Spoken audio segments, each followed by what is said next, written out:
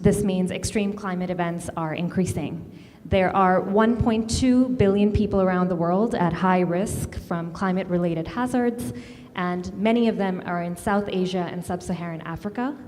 The most severe harms, as we know, fall disproportionately on the most vulnerable. So the people that are least able to prepare for melting roads, floods, heat waves. And many of these challenges are a direct result of how our communities and our regions are built. Intense weather will affect all types of infrastructure and service provision, from energy to transport to water. And it will also create new demands for climate-resilient infrastructure. The choices we make today about our infrastructure will have impact for decades to come.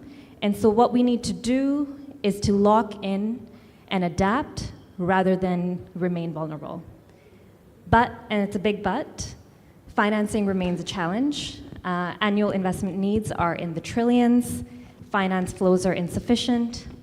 You've been watching how COP29 has unfolded and the calls around the Loss and Damage Fund. And on adaptation, while there is a strong economic investment case, it is really difficult to secure funds because the costs incurred are all upfront. So we will talk about financing, but I would like to welcome my panelists today to not only dig deeper into the challenges, but also explore what else is possible. Thanks again for joining. Let me start with you, Rajiv. You've spoken about the idea of a 15-minute city. I'd like for you to elaborate on that vision and talk about what inclusive infrastructure planning actually looks like and how can we build climate resilience into that. Thanks, Kirti. Inclusive is really top priority in these contexts, because if you look at who bears the brunt of the damage, whether it's floods, whether it's landslides, whether it's heat waves, the poor, those who are unable to protect themselves additionally, they're the ones who are the first victims of climate change impacts. So essentially, if you start looking, I'll just give you examples from my city, Bangalore in South India. We haven't had a city master plan for more than 15 years now, just a failure of the planning process. We don't have an elected local body for the last 2 or 3 years or more now. And so in these circumstances, who is making the decisions and how are you paying attention to what else is going on? What else is going on? Essentially, there's, these cities, which are the hubs of economic growth, attract people from everywhere. So the migration that occurs in a city like Bengaluru or across urban centers around the global south and everywhere else, because that's where the economic opportunity is. If the systems aren't there to pay attention, what ends up resulting is essentially the growth of slums, growth of all kinds. You can see them here, between Cape Town airport and the hotel. You can see shacks on either side, right? Informal housing that has come up. Why do these happen? Why do these sorts of developments take place? Because the planners are not anticipating, nor do they have space and facilities ready for these kinds of economic migrants, okay, who might be crossing borders as well, international borders as well. So when you start thinking along those lines, the way to change this, one is the planning paradigm. A 15-minute city pays attention to work, school, healthcare, entertainment, all sorts of facilities in a 15-minute distance from where one lives. Now, this is a different paradigm compared to sort of bedroom communities and downtowns and, the way cities have been planned and grown over time. So many of these sorts of changes, if we implement, then the demand, even the carbon impact, right? If people are able to walk to work, walk to school, etc., suddenly you're changing the whole paradigm of how people engage with the world outside. Similarly, if you prioritize public transport, and most often our cities are coming to the game after the fact. In my city, you have as many private vehicles as you have people, okay, probably more. And that's because we haven't paid enough attention to public transport over time. And as a result, people rely on private transport, resulting in, enormous traffic jams and challenges of that sort. So how do we change this? It's a change in the planning paradigm. We've launched something in our city called the Bengaluru Climate Action Plan. This is a framework of, that is now being implemented in different cities across the world. And we're trying to create a coalition so that we learn from one another and we tailor solutions to our own specific context, but giving prime importance to inclusion, to participative planning, and to the needs of the most vulnerable. I'll stop there. Thanks so much, Rajiv. A good reminder that development and resilience are closely linked. I liked what you said about thinking about who bears the brunt. So let's go back to the macro picture. And Shomo, can I turn to you to talk about what is the unique challenges that developing economies are facing? So who is really bearing the brunt of this issue? Thank you, Kirbir. This discussion really takes back to my development economic classes like a decade back, where we spoke about the perpetuating cycles of poverty and how the developing countries weren't able to get on the bandwagon of industrial revolution. But ironically, it wasn't quite an option for the global south, where a lot of resources were used to fuel the industrial revolution that way. And the irony still exists today. Now, when you speak about developing economies or global south as a whole, that's a very broad term. But as we talk about climate resilient infrastructure, there are many other factors than the development status itself. It's more like the geography of the region, the society, the culture. So these are the things which not only impact the development of climate resilient infrastructure, but also the process in which we move towards climate resilience. Now, coming to the concept of looking at climate change, for the global south, more than an environmental concern, it is a broader development concern, having its various impacts in different levels of human capital inducing factors, be it gender, be it health, be it the income generating capacities. Now, do these impact, do we have these impacts for the global north as well? Definitely yes. Is the magnitude the same? No, definitely no. So that is why we need to look at it in a more broader perspective in one sense, and also in a very nuanced perspective in one sense.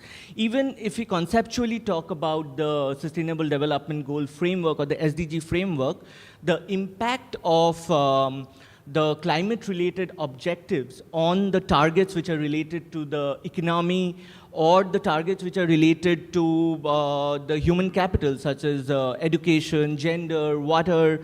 Now, these impacts are massive, which needs to be brought into the picture when we are talking about developing countries and their unique challenges, and it can't be a one-size-fits-all approach. Now, given this background, I cannot not mention the COP29, which we recently had with the 300 billion figure that's come out, in contrast to the 4.5 trillion annual deficit that we have for all the SDGs, half of it being the deficits that we can allocate to the climate-related targets.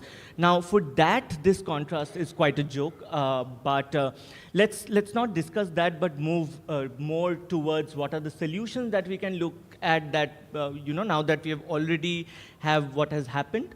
One last quick point on, if I specifically talk about the small island developing countries and their challenges in terms of resilient climate infrastructure, is that not only do these countries have very stressed macroeconomic balance sheet because of their inherent or intrinsic cycles of poverty and other social development parameters, but also add to that their unique geographical position, making them extremely vulnerable to all kinds of climate risk, plus the kind of arrangements in terms of funding as well as collaterals for the money that they receive from a lot of different kind of hegemons, I would say, across the world, with a lot of conditionalities that do not work in favor of small island developing countries specifically, which needs quite a lot of attention now. Thank you.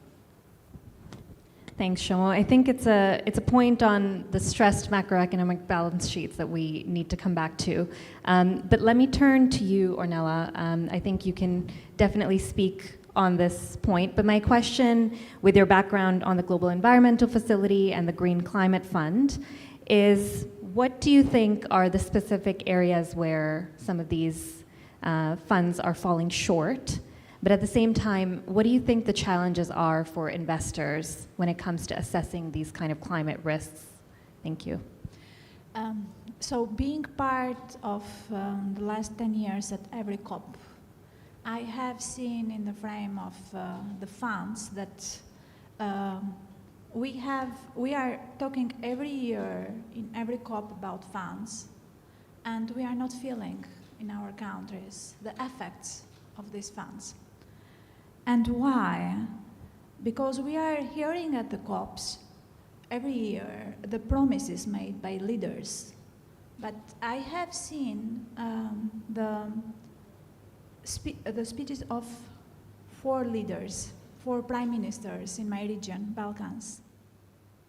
And coming back to their countries in 10 years, no one has reflected these promises in their budgets, in their annual government's budget. So they are just talking and then making promises, but nobody is reflecting on this. And there are a lot of elephants in the room. Why we are not feeling these funds? The first one, I have my last research for the ORF. My last paper, it was on the adaptation funds. And it's not only GEF and GCF and adaptation fund, but they are almost 8 adaptation funds, multilateral adaptation funds, working globally now in this moment, in the last 30 years, I think. And so I found that the gap between the pledged funds and the delivered actions, it's big, very big. Some of them, they have given only 1 project in the last year.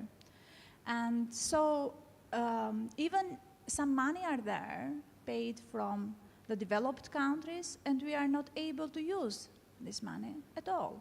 So we are talking about trillions, and we are not feeling the sense of all this. And why?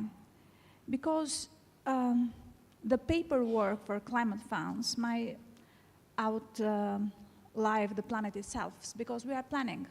In our countries, we are just planning and planning and planning without results.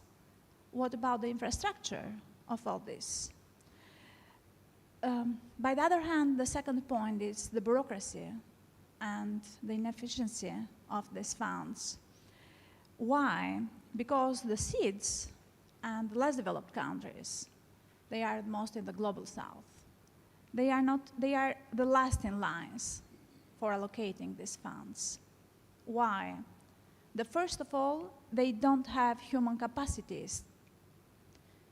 In our governments, I have been part of my government, we have only a single person working for the climate change in all countries in our government. So how to accelerate these funds and whom to work for these funds? By the other hand, these funds has the monopolistic, let's say, acceleration for the accredited agencies. And they are not from our countries, for sure. The experts in Albania, for example, in Balkans, we are every year buying German expertise for the Albania reality. So they are coming, they are taking their dimes and their expertise payments, and they are leaving. And so what to reflect about this? Who is working in Balkans about climate change?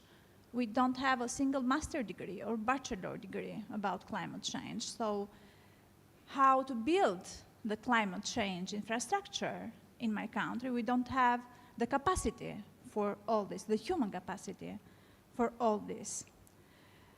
So, by the other hand, we are seeing COP every year like a New Year's resolution competition for us, but it's not.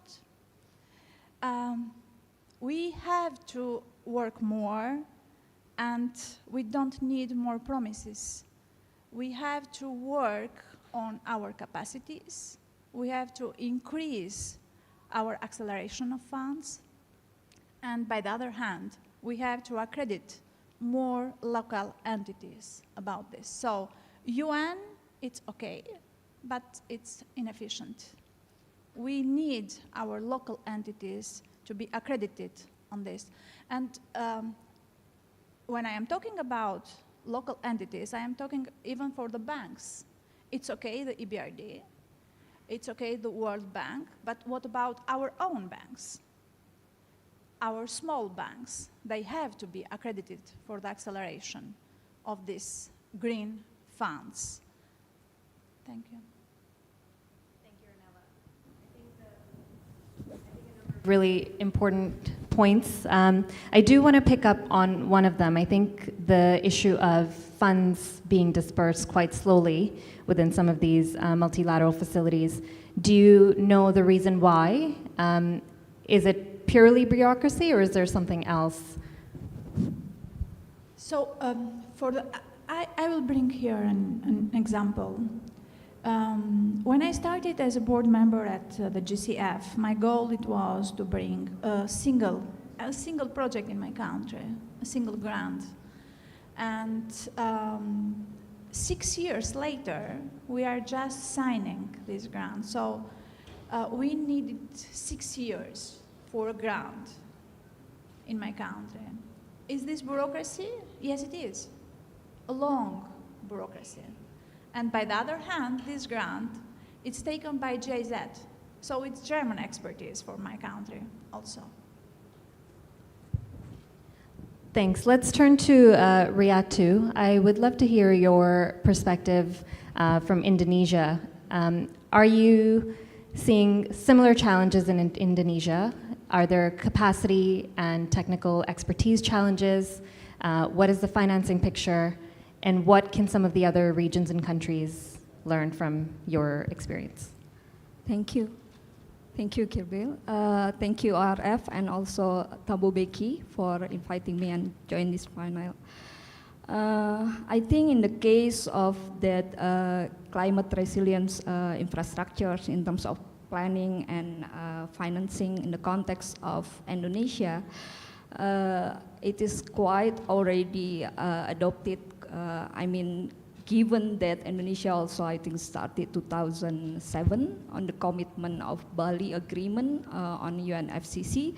So it start to showcase also in the context of development at national level as well as at the subnational and local level. So it start in the planning document in 2010, underway 2012.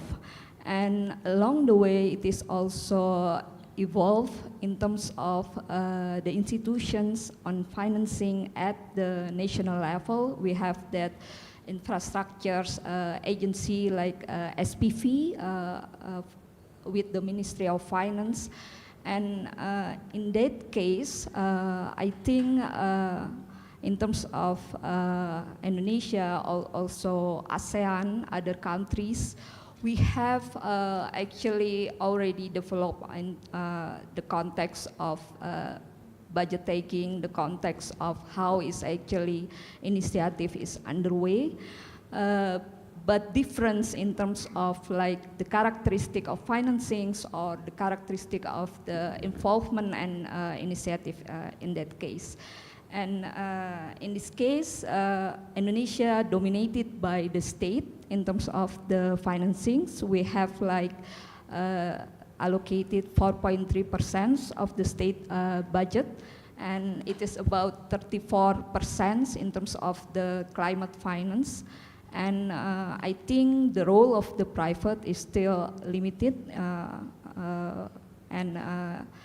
but in the context of other our neighbors, for example, Singapore or maybe Malaysia or Thailand, They also develop instrument of financings that might be also, in this context, private sectors could also more dominant in addition to the state. So we have different different approach, but it is actually that we are learning in terms of the cooperations in the context of ASEAN. We also have like ASEAN Catalyst of Green Finance started in 2019. So I think in terms of the alternative of the finance is available, but of course the context of the cost of fund is still an issue.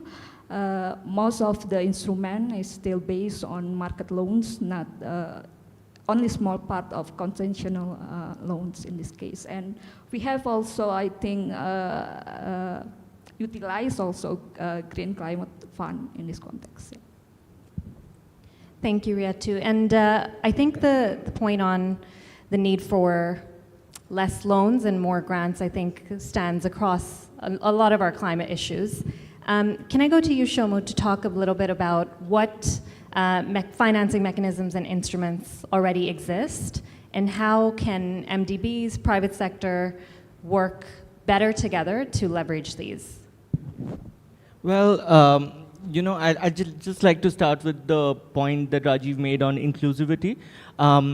Inclusive is the keyword here because the more we talk about sustainable development, inclusivity is a subset of sustainable development. Any trajectory can't be sustainable if it is not inclusive. So it is indeed a subset of that. Well, coming towards more innovative instruments or the way forward where we can move towards resilient infrastructure, I'd like to give an acronym to it as LAND. L is for localized action. So I'd like to mention that the more we decentralize the governance towards community actions that could help in bringing out infrastructure that is not only traditional, nature-based, that helps make the solutions more economical. Secondly is A, which is advancing nature-based solutions. So, for example, I come from a state called West Bengal. West Bengal is the home to the largest mangroves in the world, which is shared by the state of West Bengal in India and Bangladesh. So advancing these kind of nature-based solutions, for example, with mangroves, not only help in protecting our coastlines, but there are many other positive externalities such as carbon sequestration and also creating livelihood opportunities for the local communities there. So these are the 2 points that would need more focus from the domestic governance framework rather than much from the international framework. But also coming to the international framework, I'll come to my 3rd point, which is N. That is what I would like to call neo-multilateralism or new frameworks for multilateralism, where we speak a lot about MDBs, and it's a well-known fact that the MDBs really need to move from mitigation to adaptation, which is the need for developing countries, and that really needs to be put in stone going forward when we are talking about climate resilient infrastructure. And finally, D will be the dynamic financial instruments. Of course, I'm sure the other speakers will also speak about the instruments, but of course, we need to think about more market-based mechanisms that are effective in bringing in these funds, SDG credits, green bonds. And also, if you look at, say, for example, concessional loans, they're still dependent on the development status of a country. But when we talk about loans or grants for climate infrastructure, it is not only the development status of a country, it is the geography, there are much more factors other than just the, the development stage that the country in that needs to be looked into for these loans to go. And yeah, I mean, that's how I came up with this term LAND, which also symbolizes the most traditional, resilient form of capital infrastructure that nature has given us. Thank you. That's an excellent takeaway, I think, for today's panel, definitely. And you were speaking about SIDS, Shomu. Obviously, Barbados, a couple of years ago, launched the Bridgetown Initiative. and proposed a reform of the global financial system for it to be more shock absorbent, and a number of the instruments that you've mentioned form part of the Bridgetown Initiative. Do you have any thoughts on where we are 2 years on from that initial announcement? You know, like Ornella mentioned, it took 6 years for the funds to be flowing. So 2 years is a very short time for that to work out. But I am hopeful, and given the the intensity of the extreme events that we are seeing, especially in these regions for SIDS, be it in the Indo-Pacific, be it in the other parts of the countries. I mean, I really hope there are other forms of channeling finances also to essentially what want to bring in is the diversification of finances that go so that a country or a small economy is not dependent on only one channel.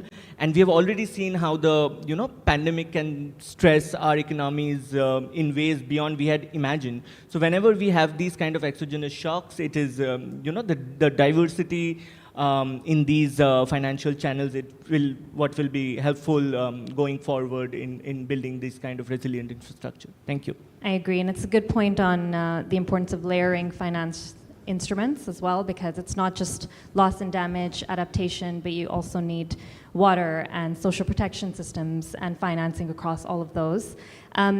Riyatu, Ornella, or Rajiv, would you like to come in on the financing instruments point? So the question is, how can MDBs and private sector work better together to make these instruments work more effectively? May I? So let's just take the concept of green bonds that Shami just talked about, right? Cape Town has issued green bonds. Multiple other cities around the world have been doing that. But if you start thinking about more imaginatively, right? If you want to ensure nature-based solutions, a concept called a sponge city concept, right? These are more nature-based, absorbent infrastructure of some kinds.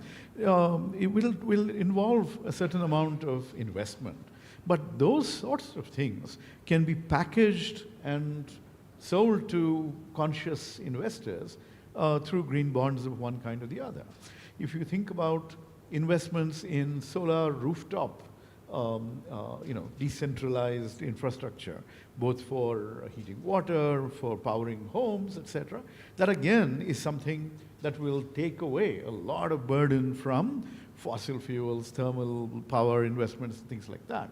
That again can provide scope for these kinds of innovative financing instruments. In India, we also have a mandate for corporate social responsibility. Companies beyond a certain profit threshold have to devote 2% of their profits to corporate social responsibility. And so there you can actually harness, if you engage constructively, you can pool resources and generate some sort of finances. Because what happens is that cities especially are bearing the brunt of migration and growth and all the other kinds of challenges, while at the same time they're massively underfunded. And they don't have anything right now beyond property tax and one or two small measures when they need to invest in public transport. They need to pedestrianize cities much more, make it easy for people to walk and get from place to place, all those sorts of things, non-motorized transport, bicycles, things like that. And we have a long way to go, but it doesn't take that much. If there is will and if there is that minimum finance that you can raise through these methods. Ornella? So, in my overview, we do have examples how this can work. For example, Kigali's protocol. It was ratified from 198 countries, but with a strong collaboration with the private sector, we are not talking anymore about ozone now. So this is an example how we can work. And it's not only globally, but it's also locally working on this. And we have the other example of Paris agreement now, and the countries, the biggest countries, they are in and out. So how to work and how to make this kind of collaboration. We are talking about multilateralism here, but Trump, it's unilateral. So how to be on all this. And by the other hand, it's so funny how we can mobilize trillions overnight about the crisis, about weapons, but when it comes for the climate actions, we are just always going to the next fiscal year for every country. But what we need firstly to consolidating the fragmented climate funds in an accessible regional platform, all together doing the work on the region, not just globally, but going to the point. Firstly. Secondly, to make sure that these funds are allocated for resilience and are not delayed by geopolitical interests and only. And then the private sector, it's the best partner for the government on this. It's not just the private sector who is there for let's say, it's obliged to elect this, to be part of this legislation. No, it's a partner because he is developing and implementing all the legislation the governments are making. So the Paris Agreement, it's implemented by the private sector at the end. So in this case, and I'm not talking only about involvement on the blended finance or guarantees as the funds are talking. I'm talking that I'm saying that the private sector is working on this, on the infrastructures, and they have the knowledges for doing this. So how to not use these knowledges for the countries? They know more, for sure, more than governments on this. And if they are our partners and they are the partners of the NGOs and the civil society, we can do more, for sure. And we can do more concretely. And the third point, the final point, it's the triple helix collaboration. Academians and universities, the private sector, and the governments. And I'm talking about local and central government. If it's not this kind of, it's not working this kind of capacity of collaboration, we will not build the right capacities how to implement the measures and how to implement the Paris Agreement in every country. Because yes, Paris Agreement is global, but it's also local to be implemented. Thank you. Thank you, Ornella. I think it's a good segue to the next question. Riyatu, can I turn to you? Obviously, blended finance and financing instruments of any kind can't make up for the absence of an enabling policy environment. So my question is, what can domestic governments do to create that policy environment that can attract inward investment, that can attract private sector, and enable more knowledge sharing and expertise? Okay, I think in the context of that financing instrument, it needs a good financial sectors and also the ecosystem of that sectors. In terms of like the climate related sectors, for example, climate financing here still dominant channeling to energy, renewable energy, and the transport. Both of these, some is at the national level. In the context of Indonesia, for example, electricity at the central level. But in terms of its generations, it needs to also cooperate with the subnational cities and local level at the context, for example, waste management and also hydro, like the water resource utilizations. And in the context of transport, of course, it is a local level. So the financing is one thing, the instrument, but also the ecosystem, the government, multi-level government context. I think most of developing countries is tiers of government, not only central, but also subnational and local, and the regulatory reform in specific sectors. And the things that also mentioned by Sumya, in the case of developing countries, the adaptations is more needed, and it is actually the project or the initiative in terms of disbursement is much more effective in compares to like mitigations, but in terms of the external fundings dominated by mitigation aspect, but maybe here is that the combinations of both mitigation and adaptation that could be a way here. Okay. Thank you. Yes, of course. So in the frame of mitigation and adaptation, mitigation is trendy because the governments, they are coming from the parties, and the parties knows only one economy, the economy of votes. And the mitigation, it's related to all this. But the adaptation, you are doing something now and you are taking your results in 20 years. So how the government or the parties can be interested on all this. But the movements, the environmental movements, they are part of all this. And so we have to work on adaptation for not failing on the mitigation more. So this can be our topic in the next all sessions. I agree. And for those that are interested in seeing whether adaptation interventions are working, are succeeding, there's an excellent report by the World Bank that just came out in October that highlights a number of adaptation interventions around the world and talks about what is working really well. I think it's a good reminder also that the private sector is always thinking about adaptation. They're constantly thinking about how to adapt and how to be resilient in the face of all kinds of shocks. It's just maybe they don't call it adaptation. So I think with that, should we just turn to the audience and see if there are any questions? We have time for at least a couple of questions. Yes, please, I will go with the Prime Minister.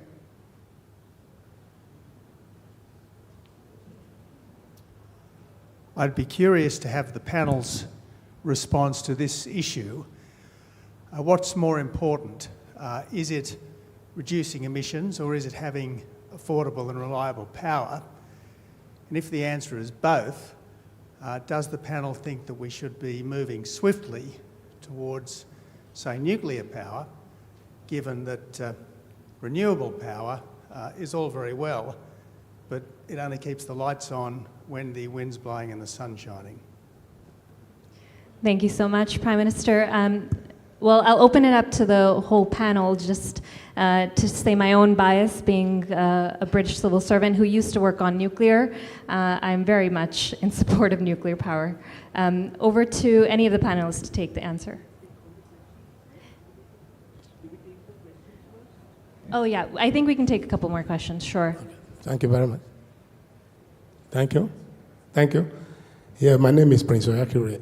My climate resilience and climate finance are two basic dimensions in addressing the impact of climate change. Recently, the United Nations on Climate Change Conference was held in some few days ago, which ended about 6 days now, 20 in of this COP. That is countries of party 29. And part of what was agreed on that developing countries should be giving a triple funding of between $100 billion and $300 billion, you know, to mitigate the impact of climate change. My question, projecting into 2035, not now really. So my question now really is, how realistic is that? And my second question is, it was agreed, there are 6 basic principles, you know, that ought to be adhered to by government and key stakeholders. So really, I want the panel to throw more light on these 6 basic principles on building climate resilience. On building climate resilience, 6 basic principles that we agreed, you know, to be adhered to by government and key stakeholders of climate resilience. So I really want to share more light. Thank you very much. Thank you. I think we can take only one more question. I'm conscious of time. Thank you. My question is about mobilizing the private sector and capital increase through private sector. And you briefly mentioned in your expose, but if the panel can also bring some more views about the difficulties they ever faced when chasing this process of mobilizing the private sector. Thank you. Thank you. So let's start with the first question. The Prime Minister's question, is it more important to reduce emissions or to have affordable power, or is it both, and how? I'd say it's both, and I think many countries have the resources to switch to reliable, renewable power.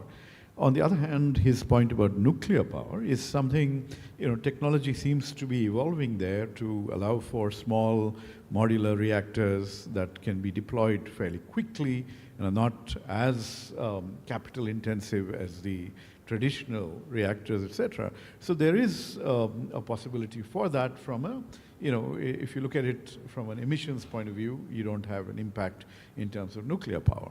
But we still haven't solved the long-term waste management challenges when it comes to spent nuclear fuel. So that is something that, so it doesn't have the unalloyed benefit of renewable energy, which has been making dramatic strides, in recent decades.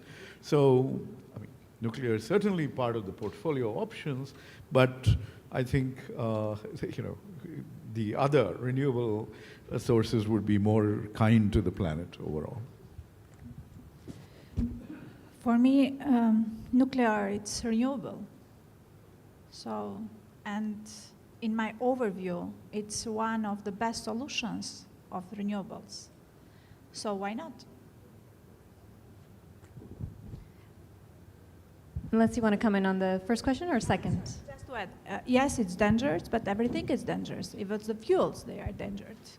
If it's the use of hydropowers in my country, we have only hydropowers in my country. So yes, it's a danger there. We have to manage the danger, as in every thing that we are doing. If the governments are good at managing the danger, yes, renewable, it's hydrogen, and the nuclear, it's a very good source of renewables. Thanks, Ornella. Riatur Shoman, did you want to come in on the first or the second question? Okay, in the context of nuclear, for the case of Indonesia, this is my personal view, is actually is already natural resource. Many of the hydropower and also the other alternative of even coal is actually we have we are a large producer of the coal productions, and how is actually utilizing that in mitigating also the carbon from that aspect. So in the context of economic development is how is actually the economic growth decoupling from the emission production resulted to it. This is the challenge. But in terms of like that, the private involvement, given that in the context of specific of Indonesia is much of the initiative is actually come from the government, so it needs to, the government also needs to transfer of the informations to the private as well, especially domestic players here, and that's the case in terms of the energy sectors is dominated by the national, the central government, but I think other sectors is open for the cooperation, especially for adaptations in terms of the water sector, for example. Thank you. I'll come in on the second and then move to the third question. So I already spoke about COP29. We are in a fast-track world, so let's not ponder on what's happened, but let's move forward with what can be done. I really like the question on how do we incentivize the private sector, because we are always like partnership with the private sector. But I do have a feeling that we should move from the weight from CSR towards creating shared value. From responsibility towards value, that is the way we can incentivize. For example, if you look at so many startups, so many new age startups that are doing great businesses, which are advancing so many targets of the SDGs, from waste to water to gender to financial inclusion. So it is not exactly philanthropy, but it is also creating value for the society as well as value for yourself. So, I mean, the responsibility is shared, the profits are shared. So, I mean, that is a more effective way that where we could involve the private sector to bring in more effective solutions. Thank you. Thanks, everybody. I think that's the time for today. Thank you again for joining us. I think overall, it is a positive news story. Thanks to the panelists for some really interesting ideas. I think from Shomu on the localized action, nature-based solutions, and dynamic financing. From Rajiv on the importance of, again, bringing in the private sector, but also talking to them about corporate social responsibility, and again, the point of creating shared value. And I think on financing, well, we don't need to be discouraged by the lack of financial flows. I think there is financing coming in, especially for adaptation, but certainly there's opportunities to do more and for domestic governments to play a more assertive role in bringing that financing in. And we'll leave it at that. Thanks again for joining us, everyone. Thanks to the panelists.